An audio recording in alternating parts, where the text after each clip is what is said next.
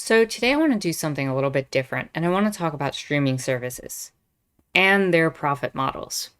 The Associated Press put out an article recently talking about how certain streaming websites are attempting to move in the direction of stopping password sharing.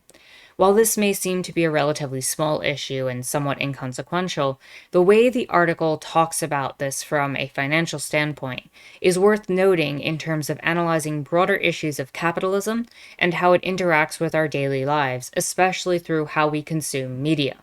I think it's also worth noting within this article how some of the language is used to juxtapose companies and their perspectives versus the perspectives of consumers, and how it is analyzing things like theft and ownership and rights. So, with that said, let's jump into the article. So, the article is called Passing on Your Password Streaming Services Are Past It, and it was put out on May 14th, 2021. Now, what they are arguing here is that streaming services ranging from Netflix to Amazon to Disney Plus want us to stop streaming using password sharing techniques. That's the new edict from the giants of streaming media who are hoping to discourage the common practice of sharing account passwords without alienating subscribers who've grown accustomed to the hack. Now, I want to pause here for a second and take a look at that word hack and how that's being used here. It's being described as if this process is in some way, shape, or form the equivalent of people breaking into another computer system and stealing something or accessing information that they don't have access to or they shouldn't be allowed to access. But quite the contrary, this idea of password sharing has been built into models of these companies pretty much since their inception. For example, Netflix has a service that if you pay in, you get access to four people accessing via separate accounts that are listed on the loading screen of Netflix, where four different people can view four different showings at the same time. So the idea that one might share their password with friends or family has been built into this from the get-go. Quite to the contrary of it being a hack, which is what this article seems to be indicating, which gives credence to the company that they are somehow being taken advantage of in this circumstance. It has been part of the for-profit model of these companies for a while. And I think that's just something worth addressing and noting. The article goes on to say that password sharing is estimated to cost streaming services several $billions a year in lost revenue. That's a small problem now for an industry that earns about $120 billion annually, but something it needs to address as spending on distinctive new programming skyrockets. So, there's actually a lot to unpack in that very small section. First and foremost, how are they determining how much money is being lost by this password sharing system? There's a lot of assumptions implicit in that understanding, namely that if somebody shares a password with somebody else, that the person that they're sharing it with would have otherwise bought or subscribed to that same service. If your streaming service, say, costs $20 and you share that password with four people, then there's a large assumption there that the other three people that you're sharing with would in some way, shape, or form be purchasing into this system. You cannot therefore say that $60 is being lost. But a lot of these companies do just that when they make these claims. Instead of it being part of a package deal, like I said before, it's now being made some sort of theft or some sort of dishonest practice where they are losing money that they can't even account for because there's no way to say that other people would even buy into this system in the first place. Now, when it comes to these companies spending more on their own programming, a lot of this boils down to the idea of what capitalism is supposed to do in the first place, according to most of its proponents. Now, I'd argue that for the most part, this actually doesn't work for consumers, and I'll get into that as we go through this. But the perspective of capitalism is that you now have multiple companies competing over this market where in order to secure subscriptions, you have to be providing the best service and the best understandings of what people want. So if you have the most licenses, if you're able to get your hands on the most shows that people have access to and want, then you're going to be the streaming service they choose over other services.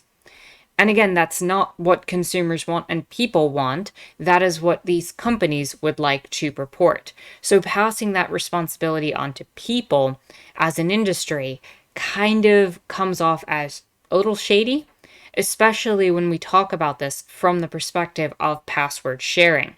Password sharing is not what's causing this issue, it's competition. As we go on, there is a quote here. Frankly, the industry has been gravitating towards that. It's a question of when, not if, said CFRA analyst Tuna Amobi. The landscape seems to be pretty set in terms of these new entrants, so it seems like a good time to get a much better handle on subscribers. And that's frustrating language there. It's again juxtaposing the subscribers as having done something wrong. The subscribers are committing something that is somehow incorrect, and it is the companies that need to rein this practice in that has been causing them to lose money. And that's just not the reality. Again, as I said before, and as Netflix has shown, for example, in their subscription service, this has been built into the system to attract customers to want to share with friends and family. As we move forward with this, the stricter password sharing rules might spur more people to bite the bullet and pay full price for their own subscription. Now, again, this is a very bold claim, and it's what I addressed before even getting into this part. And what I believe will actually end up happening is right now you have a system in place where a lot of different companies are putting out a streaming service. And as I said before, this isn't necessarily in the best interest of people. If people wanted to spend the hundreds plus dollars a month on getting all of these services, they would have continued using cable. Part of the advantage of things like Netflix is that you could go to one, maybe two different services, and you could get all your needs met. So what a lot of people are doing is they're buying into one service and sharing with their friends. So that if you have a Netflix account and the other person has an Amazon account and the other person has a Hulu account and another person has a Disney Plus account, you can take all of these different accounts, share the passwords, and then you only have to pay a fraction of what you were currently paying. And since these companies incentivized this model in the first place, it seemed to conveniently work. Now, if you take away this ability for people to be able to buy into one and share it with everyone else, people aren't going to do that. In fact, they're going to buy into the one that works for them, and you're not going to gain more revenue. Or, in the worst case scenario, people are going to turn to things like piracy, where if there's one show on one service, they're going to, take that one show by downloading it somewhere else, and they are going to end up just getting that one show and continuing with the one streaming service that they've bought into. This whole system, again, was supposed to make it so that people could buy into one service. That is the advantage. To have the intellectual property distributed and separated out over multiple different streaming services is defeating the point. And there is no financial incentive for customers to want to spend more to have access to 4 or 5 different services. It's kind of breaking the model in some way, and it's actually destroying a lot of the concepts that were originally making this kind of great for a lot of people. Now, in March, some Netflix users began getting pop-up ads asking them to verify their account by entering a code sent via email or text, but also gave them the choice of, quote, verifying later. Now, this creates a problem, and it says to me that the companies are truly testing the waters here. There were several court cases that were talked about in the recent years, talking about passwords and sharing, and a lot of it was kind of blown out of proportion at the time. But the ideas behind those court cases generally went to people being worried about members of their own family and friends being attacked in quite this way, where the implementation of password protection would in fact make it difficult and inefficient for people to access the services that they want to in the first place. It's not hard to imagine in this particular case a situation where you have two people living in the same home, whether it be a spouse, a parent, a sibling, or whatever, a person in your life sharing a space with you. And you go out to, say, the store, and you're the one with the account ownership. and the person staying at home decides to load up their Netflix account. And in doing that, they now get a password on the screen that asks them for two-step verification. But if you can't answer because you're driving, or you can't answer because you're in a place without access to cell service, or any number of other things, that person cannot get access to the streaming service that you paid for. So in the interest of protecting some sort of password system, you've now made it inconvenient for your customers, who are more likely to want to switch to a service that will not have this. And if all the services have this, you've now created frustrated customers who are now again upset that they are losing this particular aspect that has made this service so convenient for people, especially within families. And again, this is just one idea off the top of my head, but if they didn't have this verify later idea and they actually implement this past the testing that they're doing, there's a good chance that people would actually be inconvenienced by this, and it would be a detriment to these services and might actually cost them money in the long run. Roughly 2 in 5 adults have shared passwords to online accounts with friends or family members, according to the Pew Research Center for Internet and Technology. Among millennials, it's even higher, with 56% of online adults between 18 and 29 having shared passwords. This is built into the culture. This was formulated in the way that these companies set up this practice. Again, this is normal. If you have over 56% of people doing this, that's a majority of people buying into these services. So to try to change this to gain a little bit of extra money and squeeze people really doesn't feel like the right thing to be doing, especially in this current situation where the pandemic has done what it's done to the economy. People are struggling, you know? And to try to squeeze more money out of people, it just seems to me that this is more a response to the idea that movies are not going to be necessarily in theaters all the time, and that we're going to start moving to a pure streaming platform for our entertainment over time. And the fear of that, and the fear of what that might lose in terms of ticket sales and everything else, is leading a lot of these companies to want to try to maximize the amount of customers they can not only hold on to, but can bring back into the fold of their model and understanding. With the cost of streaming platforms about bought together equaling a cable bill, which it is supposed to eliminate, I think it's a great thing to be able to share your login to help family and friends save a few bucks. This is exactly what I was getting at before. This idea that this was supposed to make things cheaper. And if you have to buy into 4 different services at $20 a month, that's not cheaper. That's not fixing things. That is going right back to the old problem that people were paying too much in their eyes for these types of services. And it's why a lot of people turn to piracy in the first place. And so if you start creating a system where you make it too expensive and you put it out of people's reach, they will start trying to find alternate means to getting access to these things that they want. Further, the sharing or streaming service passwords are said to cost an estimated $2.5 billion in revenue in 2019. And that's expected to rise to nearly $3.5 billion in 2024.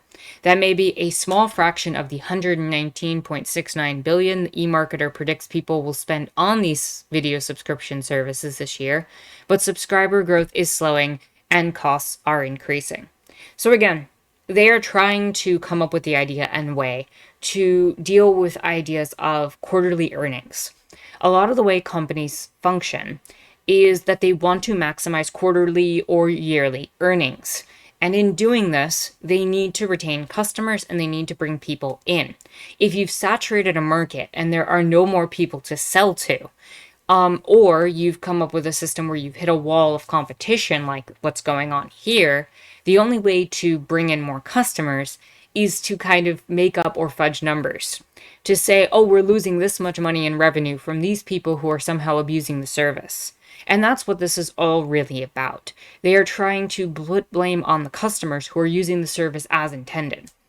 And in doing this, they are hoping to sell to the people buying into their companies, you're going to get more profit in the long term if we can just sell this idea of profit share, of password sharing being a bad thing, and it'll generate profit.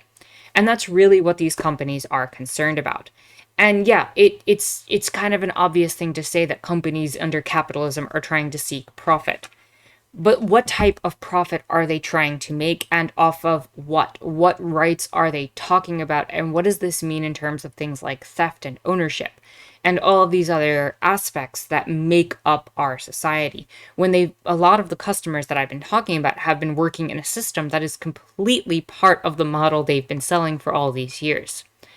And I do really think that it's worth calling that into account and questioning the ethics of that shift in practice.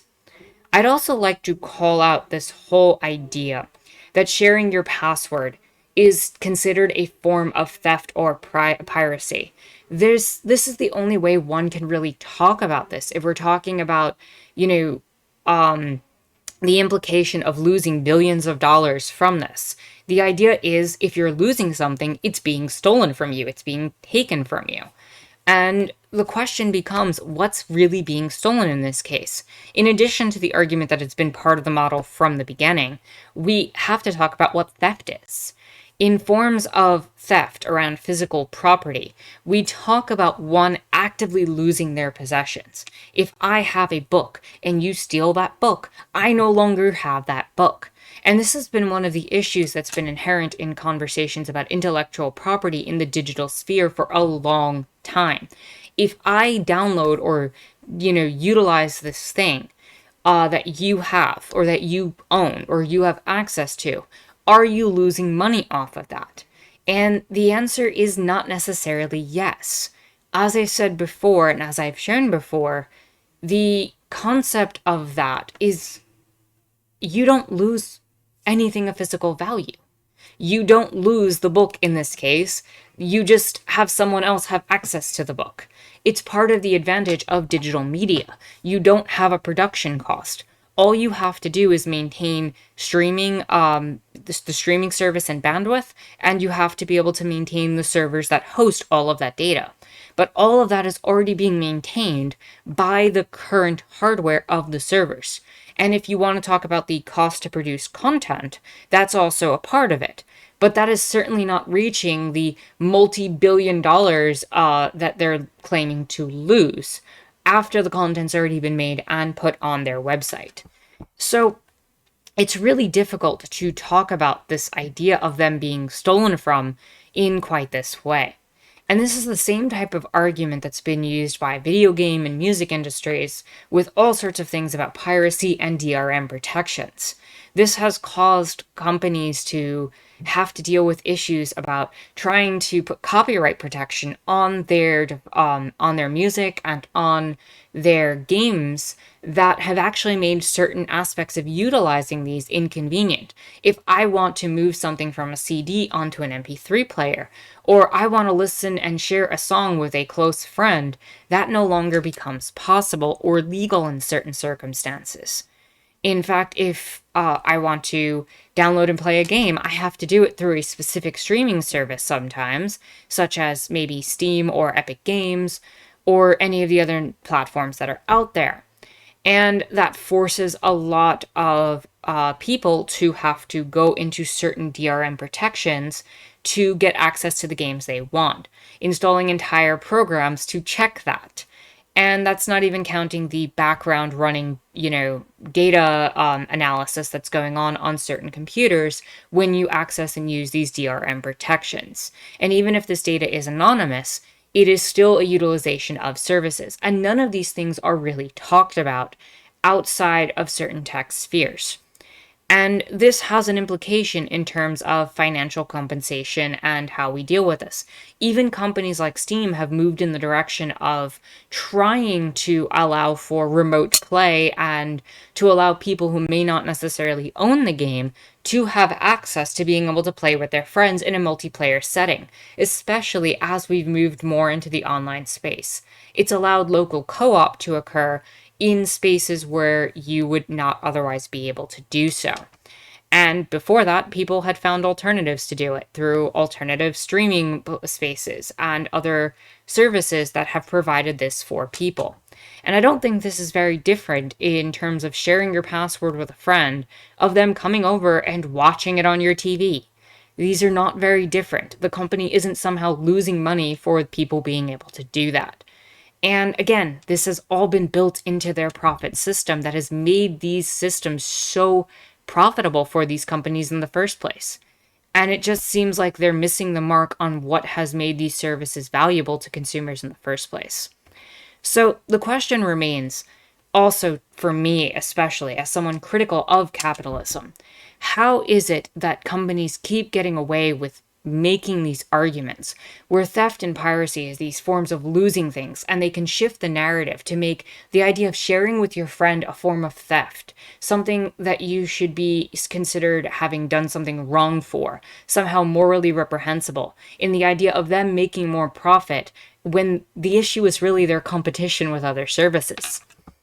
And furthermore, when they have governmental protections and they seek to get either, organizations like the music industry, gaming industry, or now these streaming services seeking governmental protections to change the law in their favor or adjust the law in their favor so that people can be scrutinized for these things in very intense ways, while these companies are still, denying that they even take surplus value from their employees.